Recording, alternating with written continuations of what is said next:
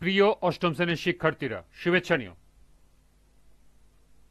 আজকে আমি তোমাদের 2025 সালের বাংলাদেশ ও বিশ্ব পরিচয় বিষয়ের নতুন বই থেকে তৃতীয় অধ্যায় বাংলাদেশের মুক্তিযুদ্ধ এর 33 পৃষ্ঠার কাজ সমাধান করে দেব। প্রথমে তোমাদের বলবো, যারা আমার চ্যানেলটি সাবস্ক্রাইব করো নাই তারা আমার চ্যানেলটি সাবস্ক্রাইব করবে এবং আমার সাথে থাকবে। তাহলে চলো আমরা ক্লাস শুরু করি। 33 পৃষ্ঠায় দুটি কাজ আছে। কাজ 1, মুক্তিবাহিনী, মিত্রবাহিনী ও যৌথ বাহিনী সম্পর্কে সংক্ষেপে লিখো। কাজ 2, বাংলাদেশের মুক্তিযুদ্ধের ছবি সংগ্রহ করে যৌথভাবে একটি প্রদর্শনীর আয়োজন করো। এটি তোমাদের নিজেদের করতে হবে। তাহলে চলো এখন আমরা 1 নং কাজের সমাধান দেখে নিই।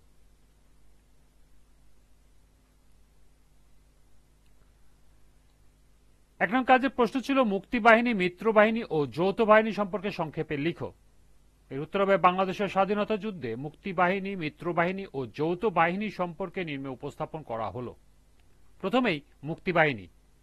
মুক্তিবাহিনী হল 1971 সালের বাংলাদেশের স্বাধীনতা যুদ্ধে অংশ নেওয়া বাঙালি ছাত্র, সেনা ও সাধারণ জনতার সমন্বয়ে গঠিত একটি সামরিক বাহিনী। 26শে মার্চ বাংলাদেশের স্বাধীনতা ঘোষণার পর ধীরে ধীরে সাধারণ বাঙালিদের নিয়ে এই বাহিনী গড়ে ওঠে। পরবর্তীতে এপ্রিলের মাঝামাঝি সময়ে পূর্ব পাকিস্তানের সামরিক বাহিনীর সাবেক সদস্যরা বাংলাদেশ সামরিক বাহিনী গঠন করে এবং জেনারেল আতাউল গনি ওসমানী প্রধান সেনাপতি গ্রহণ করেন। 1971 সালের 11 জুলাই মুক্তিবাহিনী গঠন করে মুজিবনগর সরকার। মুক্তিবাহিনীর সদস্যরা দুটি ভাগে বিভক্ত ছিল, নিয়মিত ও অনিয়মিত বাহিনী। মুক্তিবাহিনীর নিয়মিত বাহিনী গঠন করা হয়েছিল east Bengal regiment, east Pakistan rifles, police, অন্যান্য আধা সামরিক বাহিনীর সদস্য এবং সাধারণ জনগণ নিয়ে। অনিয়মিত বাহিনীকে সরকারিভাবে মুক্তিযোদ্ধা বলা হতো। অনিয়মিত বাহিনী গঠন করা হয়েছিল গেরিলা যুদ্ধে প্রশিক্ষিত যোদ্ধাদের নিয়ে। এই বাহিনীর সদস্যরা ছিল মূলত ছাত্র, কৃষক, শ্রমজীবী এবং রাজনৈতিক কর্মীরা। এরপর দ্বিতীয় হল মিত্রবাহিনী। মিত্রবাহিনী ছিল বাংলাদেশের মুক্তি বাহিনীর সাথে যুদ্ধরত ভারতীয় সেনাবাহিনী, যারা 1971 সালে বাংলাদেশের স্বাধীনতার জন্য পাকিস্তানি হানাদার বাহিনীর বিরুদ্ধে যুদ্ধ করে। মুক্তিযুদ্ধে সহযোগিতার জন্য ভারতীয় মিত্রবাহিনী নামে একটি সহায়তাকারী বাহিনী গঠন করে লেফটেন্যান্ট জেনারেল জগৎ সিং অরোরা নেতৃত্বে রাখা হয়। 13 নভেম্বর ট্যাঙ্কসহ 2 ব্যাটালিয়ন ভারতীয় সৈন্য যশোরে ঘাঁটি স্থাপন করে এবং বাংলাদেশের স্বাধীনতার জন্য যুদ্ধক্ষেত্রে ভারতীয় সেনাবাহিনীর 4000 অফিসার ও জওয়ান প্রাণ বিসর্জন দেন। এরপর যৌথ বাহিনী। 1971 সালের 21শে নভেম্বর বাংলাদেশের মুক্তিবাহিনী ও ভারতীয় সেনাবাহিনী নিয়ে গঠিত যৌথ বাহিনী গঠিত হয়। যৌথ বাহিনী পূর্বাঞ্চলীয় কমান্ডার ছিলেন লেফটেন্যান্ট জেনারেল জগজিৎ সিং অরোরা।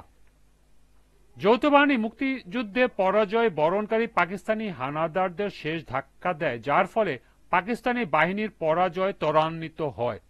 যৌথ বাহিনীর যুদ্ধ চলে 4 থেকে 16 ডিসেম্বর পর্যন্ত।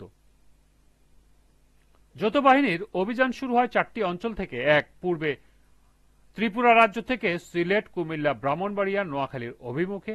2, উত্তরে রংপুর, দিনাজপুর, বগুড়া।